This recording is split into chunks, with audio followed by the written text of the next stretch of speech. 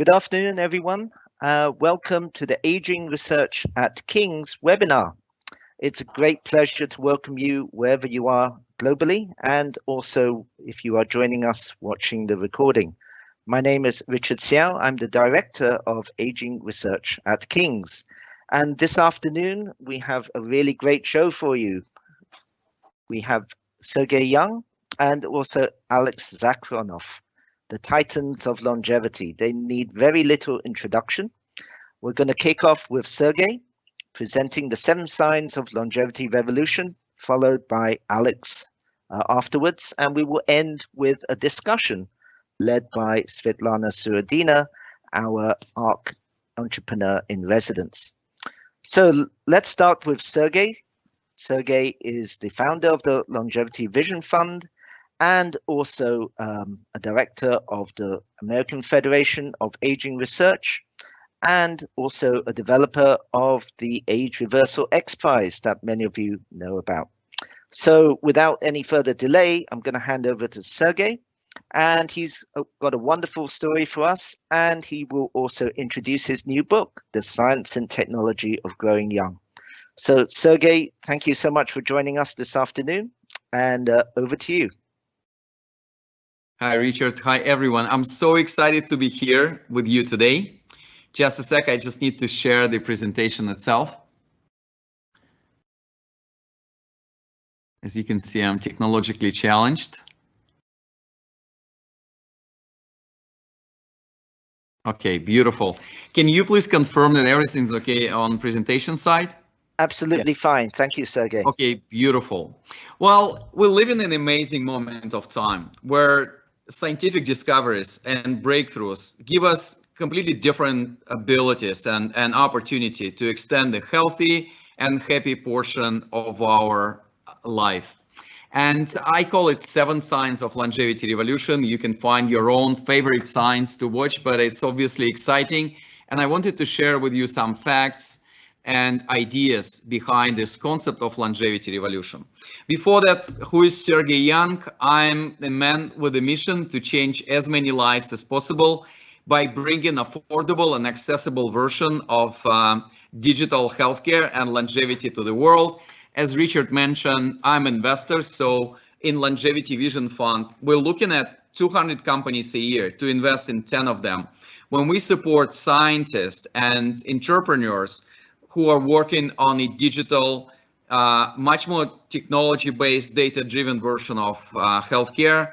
If we have time, I can tell you the story about Age Reversal X Prize, which is global pro bono competition designed and dedicated to cure aging and age-related diseases.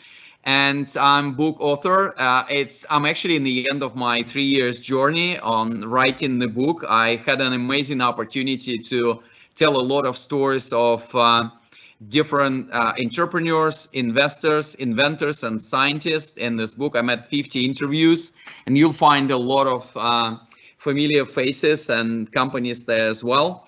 And that's it. So let's just go to longevity revolution and what it means for all of us. Well, sign number 1 for me is the changes that we can see in the environment around us. And if you listen to the news today, you have a feeling the world is just falling apart. Just a lot of bad news, as I call it, CNN, it's constantly negative news. Well, I actually have a different view on that. I do believe that changes in the environment and new technology and scientific discoveries which are available to us today, this is all making the environment around us is much safer and fundamentally longevity friendly. And I'm not only talking about China and India leading the way of making the planet to have more forestry and be greener, but one of the things, when the use of artificial intelligence to drive our cars and inventions and introduction of self-driving technology run by AI will give us an opportunity to save 90% of lives, 1.2 million lives that we lose every year in car accidents. This is just one tiny example of a lot of things changing around us and giving us the opportunity to live longer and healthier life. Well, the second sign is we are working toward completely different version of medicine these days. It's much more personalized, it's preventive, and it's based on technology. So like the best example for me is what we call wearables. I actually call them personalized healthcare devices.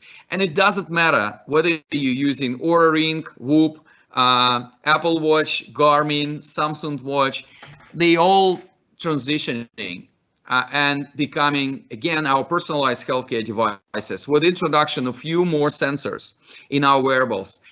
They will give us an opportunity to collect up to 90% of data about our health that we would like to track on a regular basis. And then use of artificial intelligence will give us important insights on our everyday life and certain health risks that we all carry.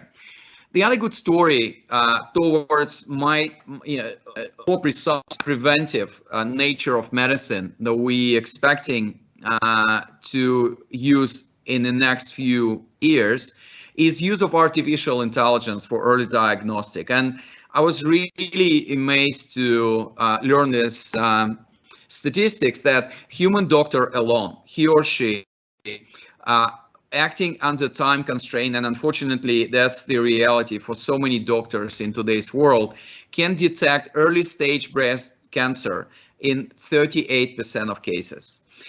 The same man or woman empowered by artificial intelligence will have 99% success rate in diagnostic of early stage breast cancer.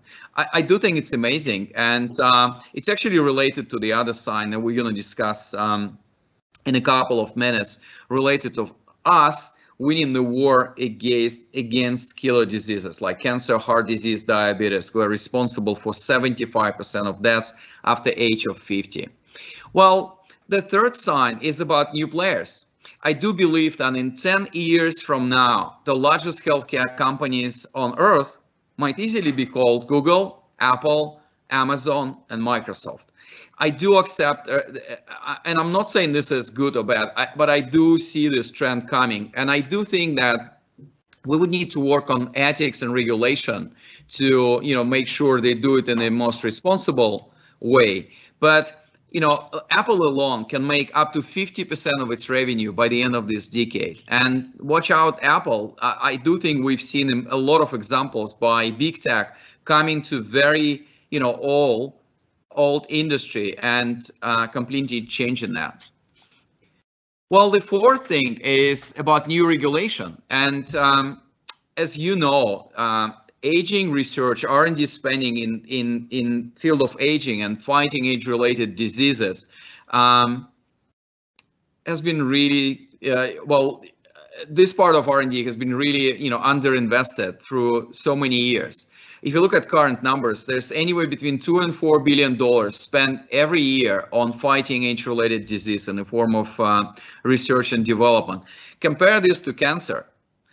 Cancer gets up to $80 billion every year, and that's actually the one of the success factors behind our ability and opportunity to fight cancer. Well, the good news is back in 2018, World Health Organization already added a new code for old age to its disease classification system. And I do believe it's just the beginning of regulators all around the world recognizing the role of aging as an important risk factor, creating sustainable regulatory and economic model for us getting more and more investing into science and technology and entrepreneurship in the field of aging and fighting age-related diseases. Sign number 5 for me, and I do think it's just a great example of collective effort and investments from so many stakeholders, and that's the example of us fighting cancer. A few decades ago, cancer was case of that. People were delaying their date when they get cancer screening. Well, these days, if you're really successful with early diagnostic of cancer, then your recovery rates, depending on cancer type, can be up to 90 or 100%. Compare this to 10, 20, 30% recovery rates for some of the late stage cancer which is detected on very late stage. And this is amazing. This is great news, and we can use the same model to fight other age-related diseases like diabetes, heart disease, and hopefully soon, with the help of technology and artificial intelligence, neurodegenerative diseases as well. Sign number 6 is what is happening in the field of economics. People, companies, governments, they all recognizing the huge demographic change, with what we call a silver tsunami. Then, like, the number of people who are 60 years and older in the world will double in the next 30 years. And forget about 30 years, like Singapore alone, by the end of this decade, will have 25% of its population in the age of 65 and above. And there's more recognition that we can turn this crisis into opportunity on all fronts. Well, and finally, and again, I'm looking at this train with combination of excitement and fear. And actually, there's just a lot of ethical and regulatory debates that we need to have around this. Is more and more we're looking at integration between human and machine. And one of the examples for me is brain-computer integration, and integration between human intelligence and artificial intelligence.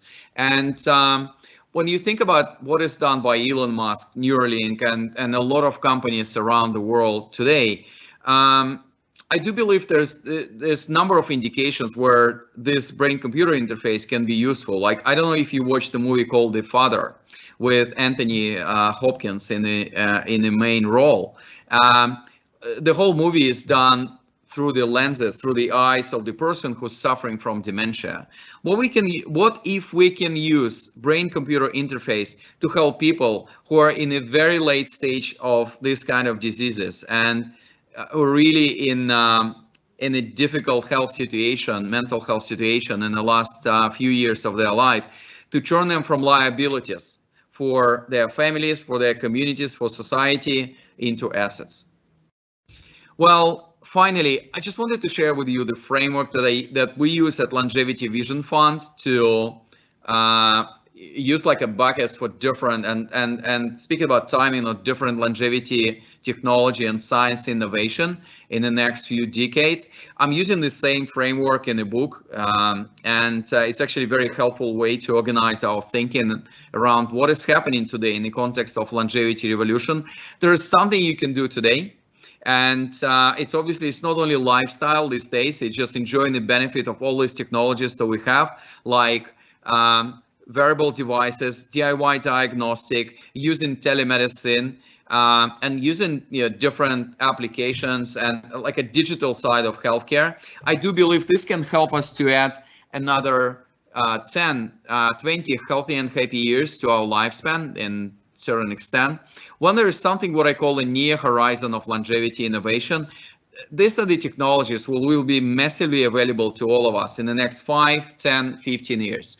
And I'm talking about gene therapy and gene editing, about different regenerative medicine solutions like organ regeneration, and use of artificial intelligence, not only for diagnostic, but for discovering more drugs in more efficient and inexpensive way. And this is where Alex Zhavoronkov, a very good friend, partner, and our guest today, can tell us more stories about this whole thing. Who knows, a near horizon of longevity and longevity innovation and technologies from that might actually help us to break the sound barrier of maximum lifespan on Earth, which is currently 122 years, in few decades from now. And then there's something what I call a far horizon of longevity innovation. This is what it will be available to many of us in the next 25, 50 years. And I'm talking about very futuristic version of today's world, where we all going to be interconnected. We're going to be full of sensors, interconnected as Internet of Bodies, similar to concept of Internet of Things that we all know. And again, working and using brain-computer integration to help people in need. And it can be easily be world of human avatars. But again, the ethical component and regulatory component here is very important. We will create technologies to extend our lives, I'm pretty sure. But like, will we have lives that we want to extend? That's a big question. And it's collective wisdom and effort. is needed here. I'd like to stay connected with you. Take a look at the book. Book was a great success. It's already become Wall Street Journal bestseller, USA Today, US National bestseller, #1 on Amazon in 3 categories. So I'd like to continue this dialogue with you. Go to sergeyyoung.com and sign up for our newsletters. That's it. Thanks for the opportunity to present today. I'm looking forward to our Q&A part after we'll have, I'm sure, amazing talk from Alex. Thank you so much, Sergey. Wonderful and insightful talk as always. It's so wonderful that we have two great friends of ARC with us this afternoon. So I'm really pleased now to hand over to Alex Zhavoronkov. As I said earlier, he is the founder, CEO of In Silico Medicine and Deep Longevity. In Silico is a partner of ARC. And Alex has done so much amazing work with the academic friends and colleagues around the world. Many wonderful publications and great work with industry as well. So my pleasure, Alex. Thank you for joining us from a distant time zone, and over to you. Well, thank you, Richard, for kind words and for such a great introduction, and also for setting up the ARC, the Aging Research at King's. I deeply appreciate the trend. You can actually add an additional 8th strand of longevity revolution in Sergey's book, which is the formation of those centers in top leading institutions in the academia, and also people like Sergey entering the field and disrupting on many levels right away, inspiring the others, investing, inventing. And you've just recently saw that Jeff Bezos and Yuri Milner entered the field. So that is truly great. And when I entered this field 18 years ago, many of those trends were not there, and there were actually no real books out there, with the exception of a few on exponential technologies related to longevity. So my name is Alex Zhavoronkov. I'm the founder and CEO of a company called In Silico Medicine. I'm not going to talk about that company today, but please look us up. I'm going to talk about our spin-off called Deep Longevity, which is focused on biomarkers of aging and the development of the new tools to manage your longevity and put it in your hands, the control of your life in your hands. And that's kind of the available now to the near horizon as per Sergey's framework. So here is my WeChat. I'm actually dialing in from China. Currently, I'm in quarantine hotel. I still have 18 days to go. So here it's very strict, and I'm very happy to be presenting to you today from this remote location. So I'm gonna talk about Deep Longevity. Deep Longevity was a spin-off out of In Silico, but it was acquired by a company which is called Endurance Longevity, the Hong Kong publicly traded company. So I have to make this disclaimer. So not an investment advice, no forward-looking statements. Everything I'm gonna present is public. And before I kind of go into the lecture, I wanted to show you some resources that you can exploit right now. There are free longevity courses. So you can see that we launched the longevity medicine for physicians, but anybody can take it. On Udemy originally, about 2.7 thousand people signed up since last December. And now this course is available at longevity.degree for free. If you take it, you also get you get CME credits and a certificate. So it's available in English, and also recently we launched it in Chinese. So you would be able to take it in a language of your choice. There will be more languages added in a very near future. It's CME accredited with the Medical Board of Delaware. And you get this kind of certificate as well. Again, the course is free. You get 2.75 AMA credits. And I also wanted to lead you to another resource that is very valuable in my opinion. So I co-organize an annual conference called Aging Research for Drug Discovery. It's currently the largest conference in this field. And we just completed our 8th year. And we'll be putting the videos online from many speakers. It's usually about 2,000 people who participate in this conference. Today, this time it was on site, and watch for this conference next year.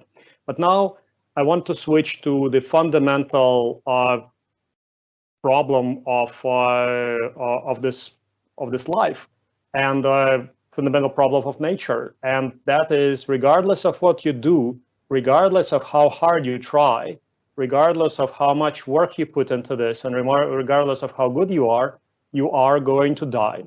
The question is, either you're going to die in more or less healthy state, or you're going to die if you with a disease or with multiple diseases.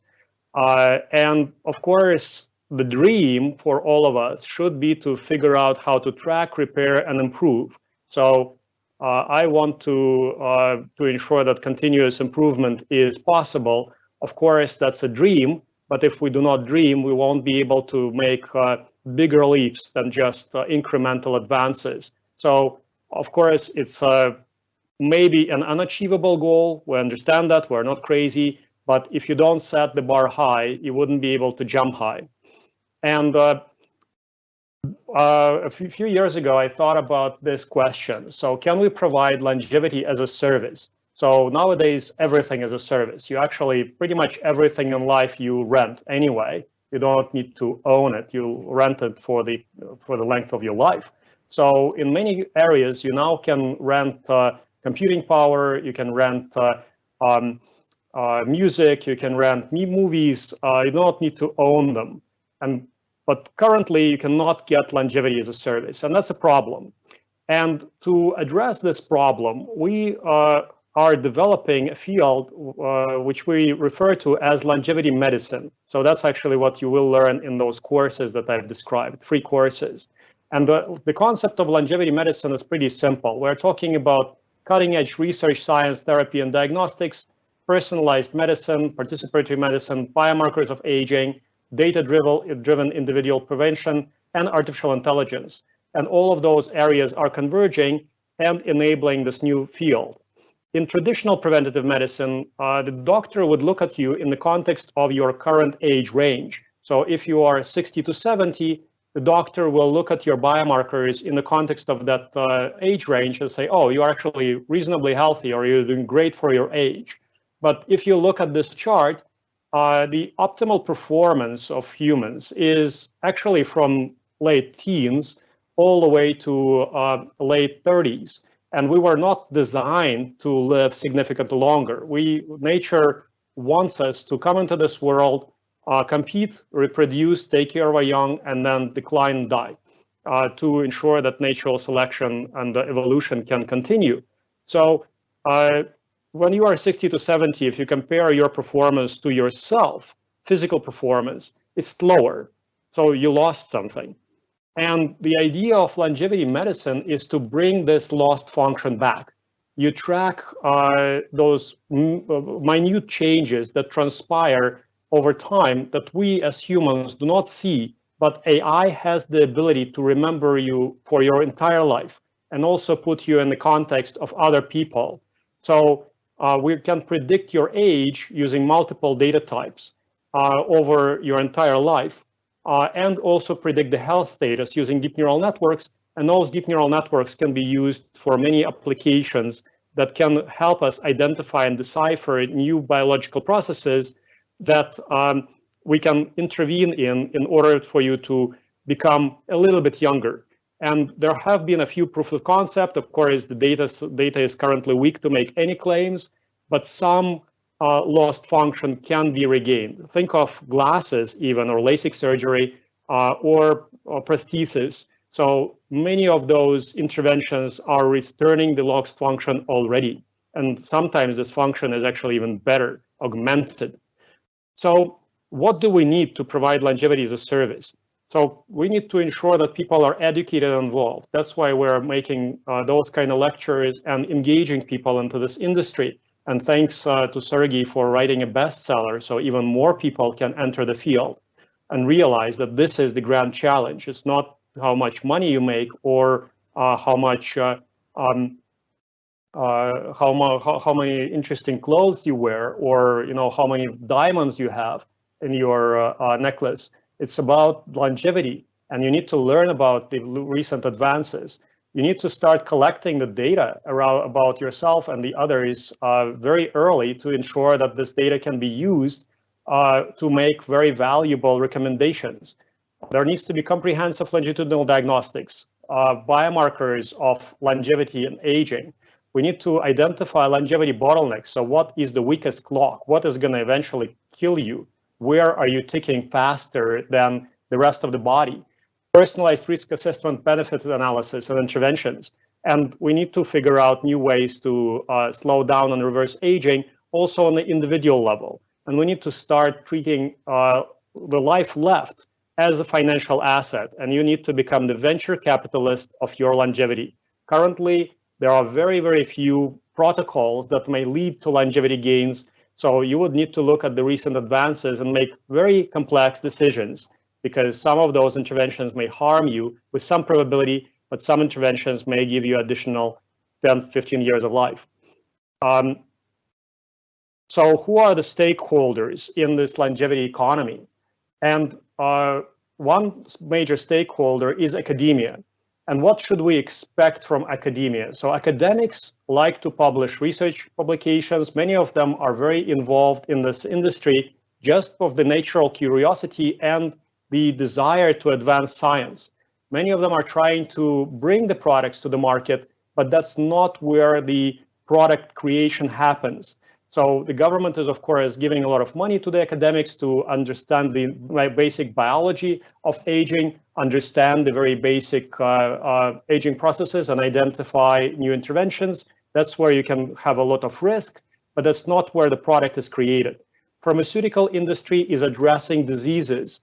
Even though many of them are looking at those basic biological processes that are likely to result in valuable targets that will address age-associated diseases, their job is to identify molecules or some other therapeutic interventions that will modulate a disease to either make the patient live longer or maybe even cure the disease. There are some curative interventions, very rare, but they are not interested in prevention. There is no business model for prevention at this point in time. The clinics can only operate within the protocols that have been currently approved, and usually they follow the pharmaceutical companies and the regulators in what they can do. And insurance companies currently also are insuring against diseases because everybody has aging. You cannot really provide an insurance product against aging. The only insurance product that there is at this point in time is life insurance. So where you're making a bet with the insurance company, which will take the money from you over your lifetime and then make a big payout at the end. So in this case, I guess the interests of the customer and of the insurance companies are aligned. That's where both the customer and the insurance company want the customer to live longer. And I think that that's where we also need to start to create really new products that will address a very big market, and insurance companies need to innovate. Unfortunately, the big ones are not as innovative. And now let's switch gears. So what I just described are the challenges. So there are many disconnected stakeholders that make big impact, but they do not work together. And at Deep Longevity, our job is to make sure that they work together through biomarkers of aging and new interventions, connecting clinics with insurance companies. And what can we do today and tomorrow? So actually, if you take the longevity medicine course, you will go through those slides. So there are multiple promising interventions. This is not a recommendation for taking those, but you can see where they act by different biological process, and you can expect that some of them possibly may extend human lifespan, probably in a marginal way. You might get 5, 10 years, 15 years even, depending on when you start, how you do it, and whether you're lucky. You can also combine multiple targets. So there's been many studies in animals showing that if you can combine the different targets and different targeted therapeutics, you might have a combined cumulative benefit. So currently, a lot of experiments are going into this direction, but there's not enough, and almost none in humans, because those drugs that have been just presented are mostly drugs, so something that you take only when you're sick. There are also multiple classes of geroprotectors, and many more are coming up. So here are just a few that were described.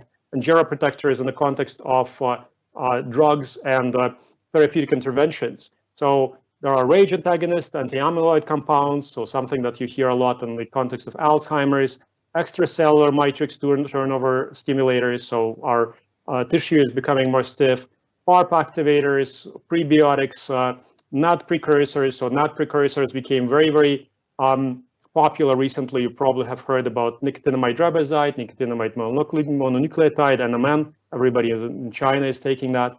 Antifibrotic agents. So I think that fibrosis is a huge area in aging. That's why in silico, for example, is developing antifibrotics as well. Neurotropic factors, anti-sarcopenia agents. So we need to bring our muscle mass back. There are factors intervening impairment of intestinal and blood-brain barrier, so barrier functions. Actually, we also have a couple compounds that are going after this area. And there are many, many others. But you need to ensure that they are all combined and clinically approved to get them to the market. And that will take decades at current pace. So we need to accelerate. And what can we do today to accelerate? Well, first step is we need to measure aging and longevity. We need to have really good biomarkers to be able to conduct clinical studies, even on people with diseases, to see if any of those interventions that they are taking for diseases are reversing aging clocks. And currently, some biomarkers are available and becoming popular. So the first aging clock, per se, was published by Stephen Horvath. That's why it's called the Horvath clock. Uses epigenetic data, methylation, 353 methylation sites published in 2013. So think about this. We just have 8 years of clocks. And he's implicated those clocks in many areas. I do not think that those clocks are extremely interpretable and can lead to interventions immediately. But you've seen the Altos Labs that was funded by Bezos and Yuri Milner. That is focused on reprogramming in a way. And that may help us kind of develop interventions that will be addressing the clocks substantially, this particular type of clocks. But how AI can help? So you've probably seen those kind of faces, right? There are deep fakes. They do not exist in nature. So now we can do the same thing with other biological data types, create fake humans. I do that a lot, where you can own the data of people who do not exist, and you can do a lot of those, a lot of things with those data sets, extrapolate them in the future, bring them back, and see how that correlates with real data. So I think that fake data is extremely valuable. So now you can create digital twins of people. And we focus on deep generative reinforcement learning. So a technique which combines AI imagination and AI strategy for many, many purposes. One is, of course, biological age prediction, monitoring, biomarker development, target identification, real-world data analytics. So at deep longevity, we apply this technique for those areas. At in silico, we apply it for many other areas, like small molecule design even. And at deep longevity, we even started using this technique for mental health, depression, and monitoring to correlate aging with mental health. And AI can be also very useful for predicting age. So many of you have it on your camera, and that's uses deep neural networks trained on millions of people to predict age of the individual that you are pointing the camera to. And you can do this with other biological data types. So my group was the first to utilize blood tests, for example, many other data types, to train deep neural networks to predict age. So our first paper was published in 2016. If I have the time, I'll briefly cover it. So in this context, you would take very large populational data sets where the data was collected over time, over many years, or where many individuals are present. Usually we use publicly available data, something that people publish. And we can use many different data types, not just methylation, but transcriptomics, proteomics, imaging, even activity data and blood tests and behavior data, surveys can be integrated together with each other using deep neural networks. Previously, it wasn't available. And once you train those deep neural networks to predict age, you can decipher those deep neural networks, deconvolute them into individual features to see like which one of the features is more important for predicting age.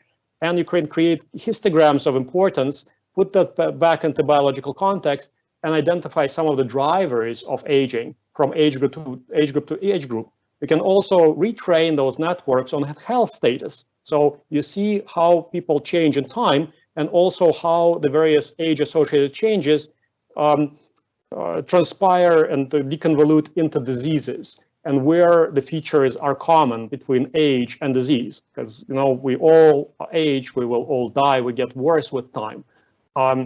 Some of those processes can very quickly manifest themselves as diseases. Deep neural networks see it, and we can identify those common mechanisms, go after those common mechanisms, and actually make money in the process, because you are addressing a disease, and at the same time, you have a promising shot at addressing aging. And we've published many different clocks. I'm not going to cover all of them, but we published many clocks that utilize deep learning. My favorite one is actually the transcriptomic aging clock, where you're using gene expression data to predict age, because that one is very actionable. You can identify relevant genes that are driving certain processes, and you can design small molecule interventions for those processes. So we've published many papers. I'm not going to kind of cover all of them, but the first one was in 2016. We used blood tests to predict biological age. And just recently, we also published the deep methylation clock using deep learning, microbiomic aging clock. We even published the psychological aging clock. So now we can take survey data and predict your psychological age, so where you are in life, both subjectively and physically.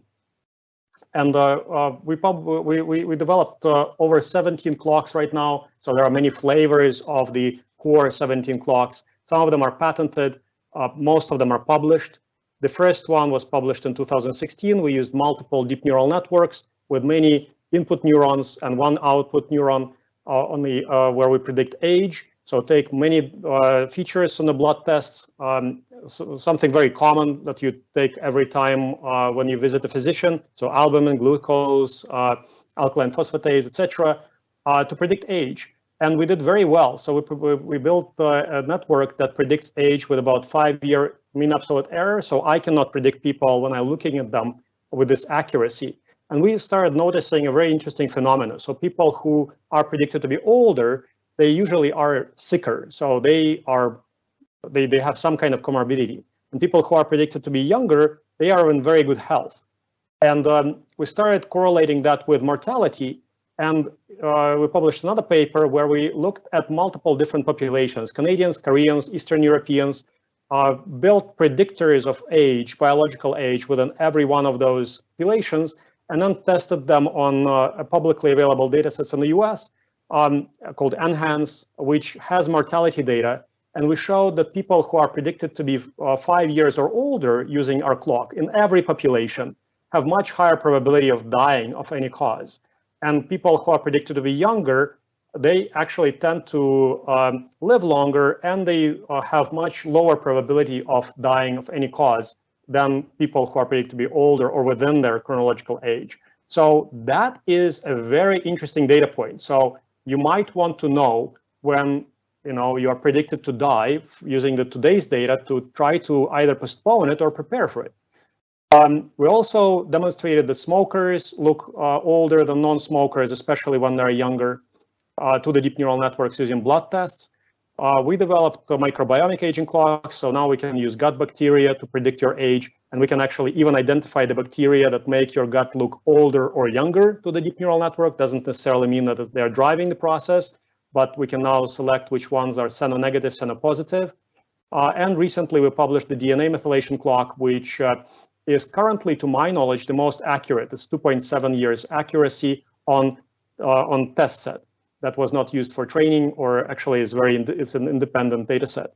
So those deep neural networks learn to generalize.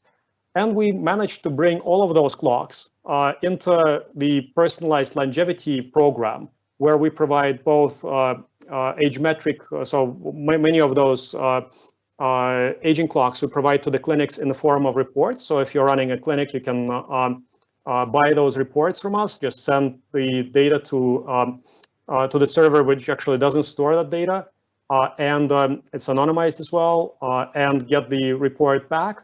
or you can have an app called Young AI. It's available in the App Store, and start tracking your age over time. And you might start with very little. You don't even need to put in the data. It will take the data from your Fitbit or Apple Watch. And as you go, you can add additional data types to see where you're aging faster or slower. And we are very focused on personalized longevity. So different people age at different rates. They have very similar features, but in some areas you will have liver aging faster, in some cases the lung, and you might want to know where you're aging. And one of the best clinics in the world that is focused on personalized longevity is a company called Human Longevity Inc. They actually invested in Deep Longevity when Deep Longevity spun out of Insilico, and they also implement those clocks. So if you visit this clinic in San Diego, and they also have other sites, now one is being constructed in Beijing, China. Every time you visit, it's 150 gigs of data collected, processed, and analyzed. So as Sergey explained, it's very important to have early detection of cancer and other diseases in order to intervene and correct. So you can live longer, and as you live longer, you're more likely to see the advances that are curative. And with Young AI, with our centralized app and kind of longevity as a service in the cloud, we're trying to bring together multiple stakeholders that were previously disconnected, especially clinics and insurance companies. So currently many clinics deployed our reports. A lot of people are using Young AI. It's tens of thousands worldwide. We're not charging for it yet. We're actually trying to optimize this tool for as many users as possible. And we're, of course, scratching the surface with insurance companies.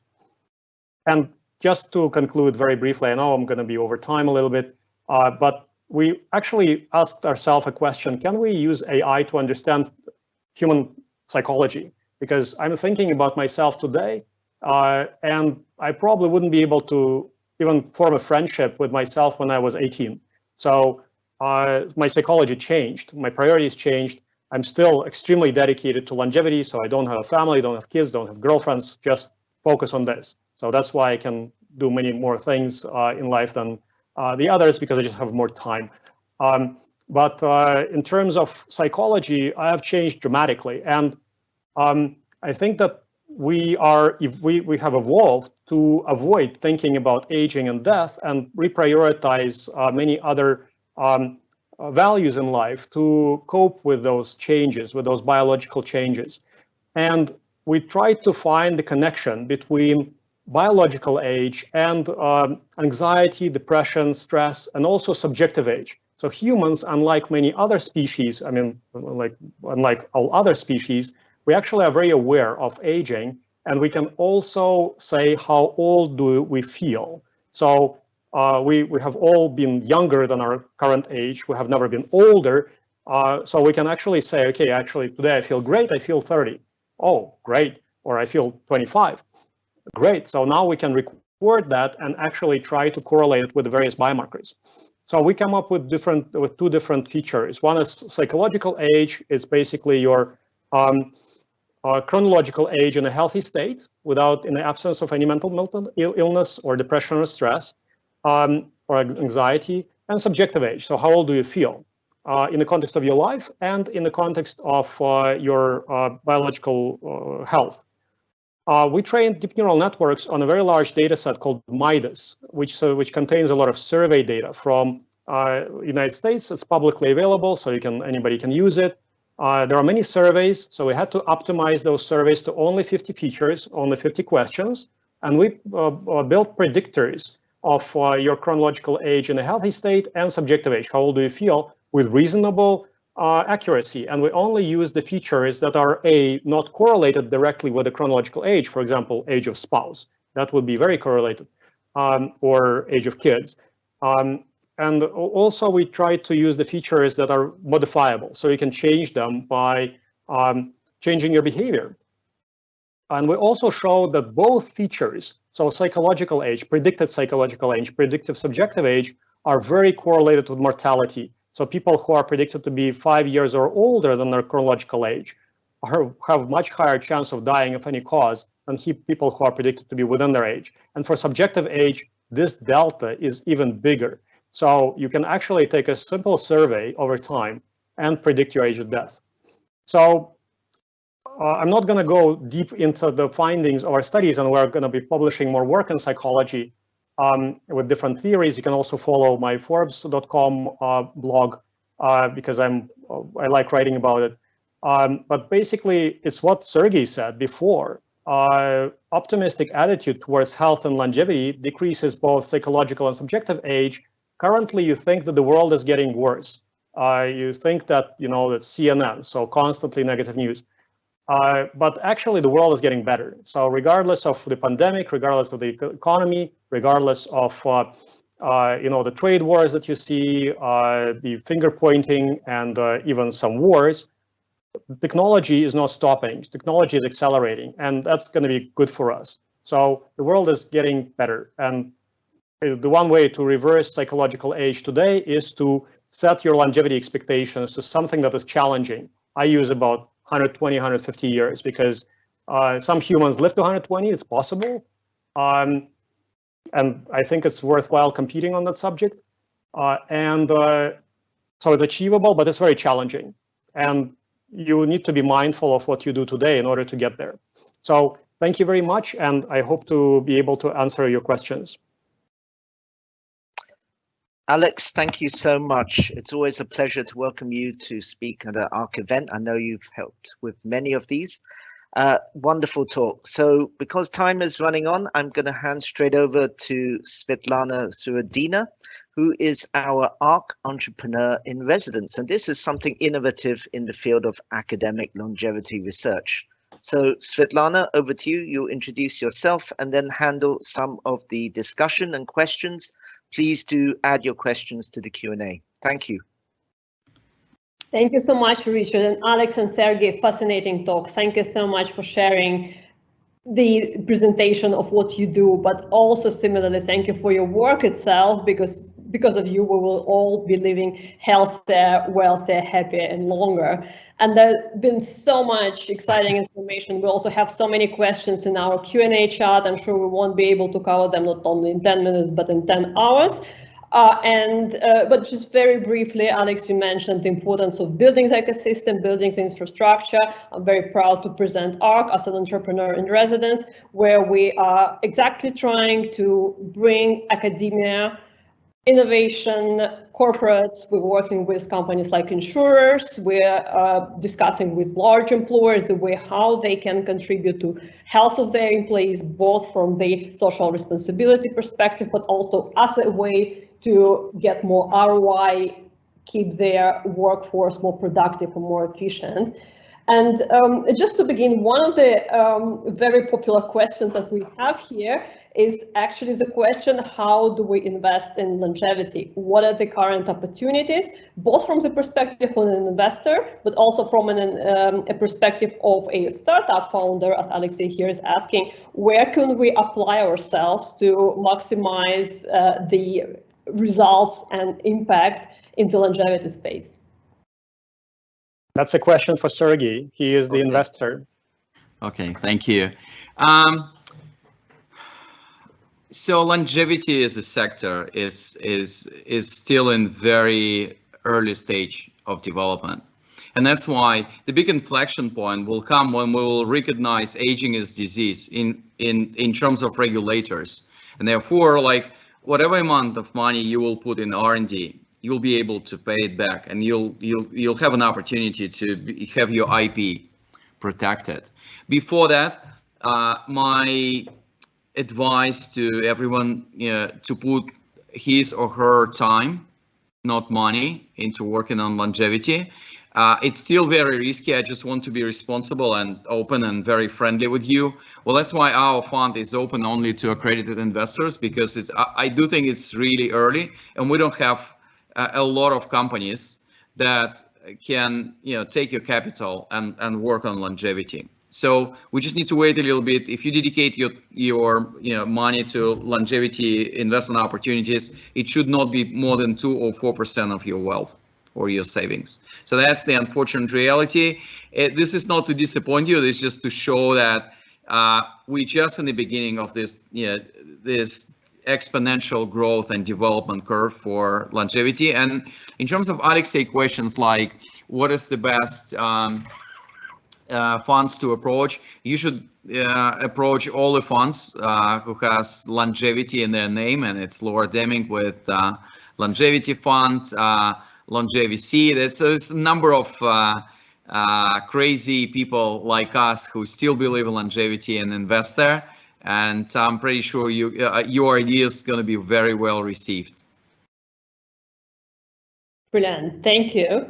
The next question is, Sergey, I've been reading your wonderful book, and there's a lot of very practical ideas, but also a lot of long-term visionary outlook and positive as well, which is, as Alex says, is really important. We have to believe in a better future. One of the things you highlight is the fact that we really would take an advantage of AI if it helps physicians. If physicians don't need to spend routine work and read the results of analysis, so AI can help them instead. And in that respect, you're saying that physicians have to spend more time on kind of more holistic, more personalized individual health. And at the same time, Alex, you created a brilliant course targeted at physicians, helping them to switch from the illness treatment mode more towards prevention, understanding longevity,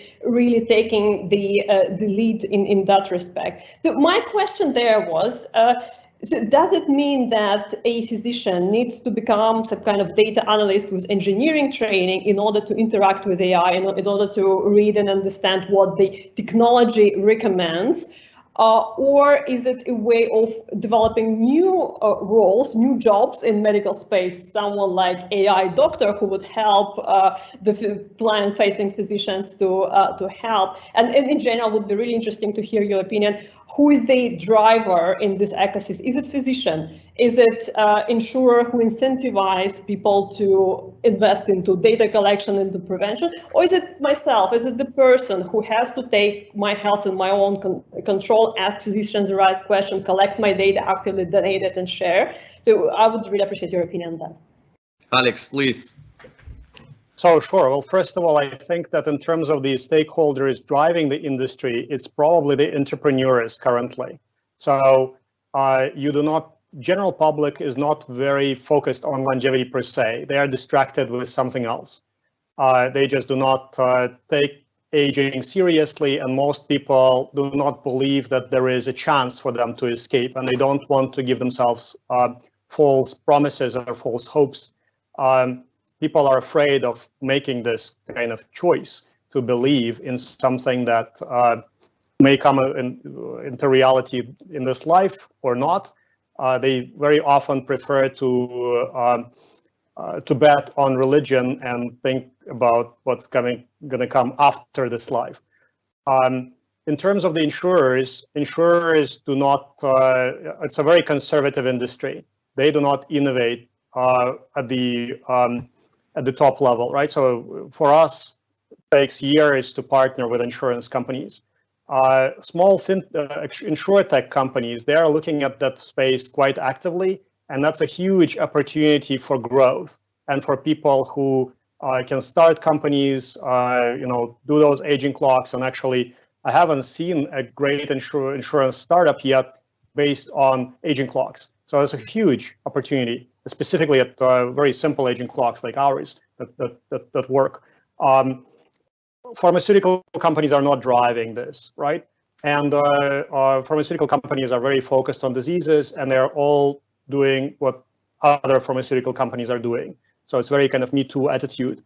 I think it's in the hands of entrepreneurs, and entrepreneurs need to start transforming this, and we need more bold entrepreneurs who can bet their careers on this field and try to identify new areas to disrupt.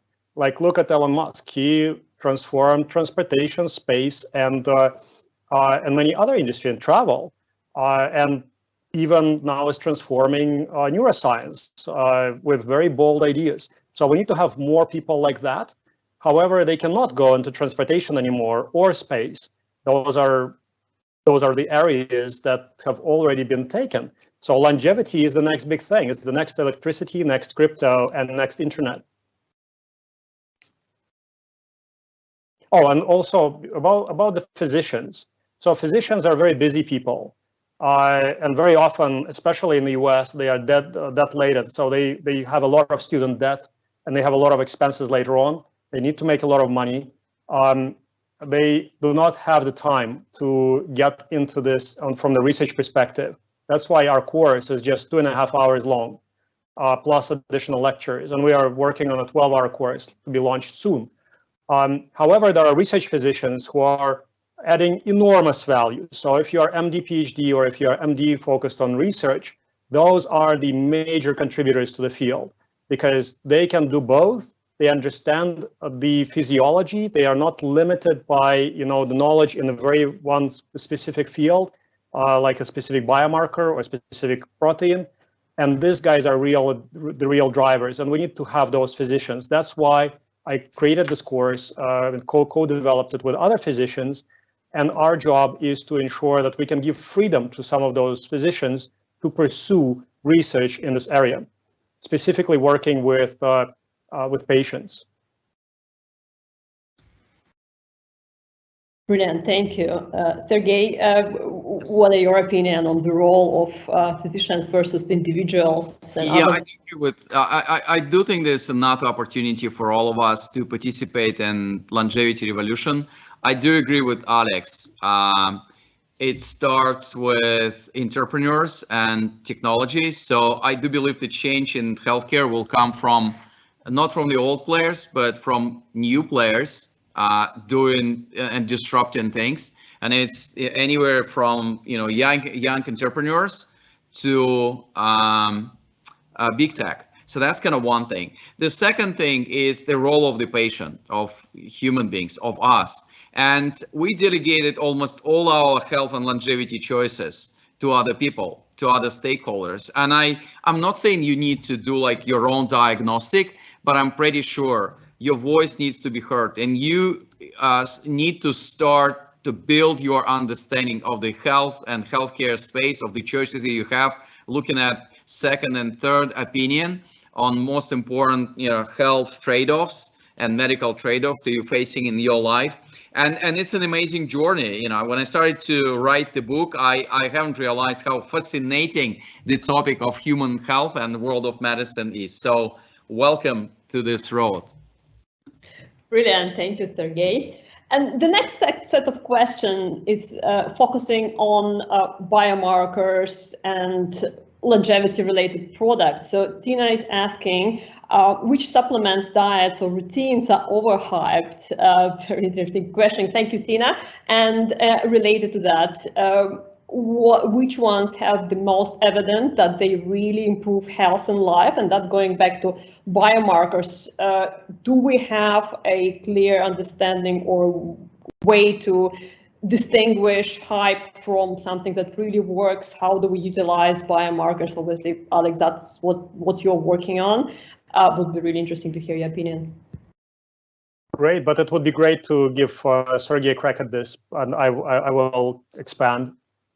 Okay, so what I think, human biology is so complex that if just one silver bullet or one root cause and feedback relationship that we can establish with particular intervention and in change of our biomarkers and the change in our biological age would exist, and Mother Nature would just crack this in the history of evolution, or scientists will discover that.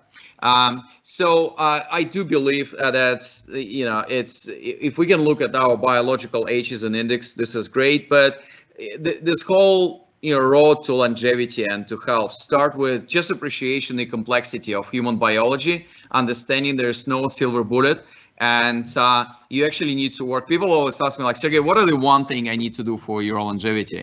And I'm always responding to understand that this is not a one thing. So it's a very complex thing. You need to work on 5-10 dimensions to become healthier and happier version of yourself. Well, that's going to be my high level but response. So my response would be that all diets and lifestyle routines are overhyped. So you do not see people, you do not see yogis living beyond 110, right? Actually, if there is an official list of centenarians and super centenarians that you can go to, and none of them has practiced any certain routine so that would provide statistical significance. So you can just ignore the hype.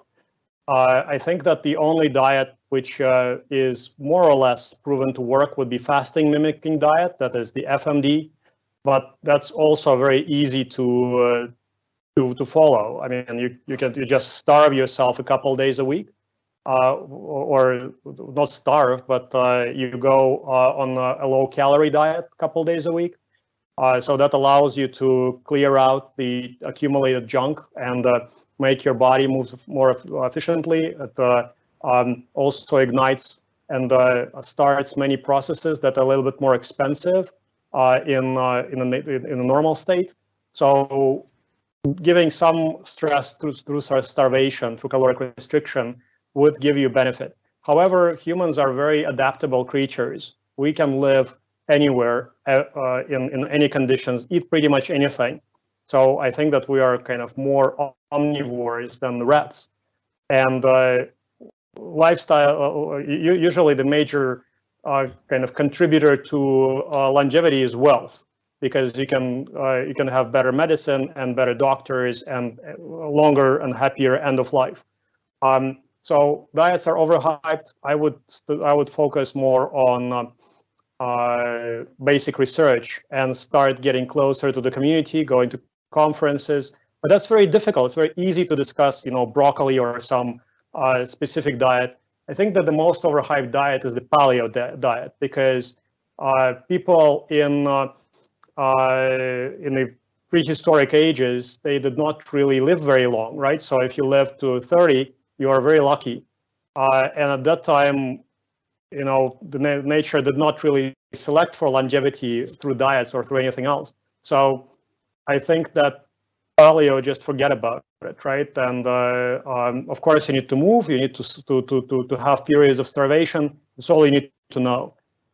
In my opinion, of course, I might be wrong, and I just don't want to create a lot of enemies in the dieting space. But I would say 80% of the research in our field is done around diets, and it's not going to get us far. Brilliant. Thank you so much.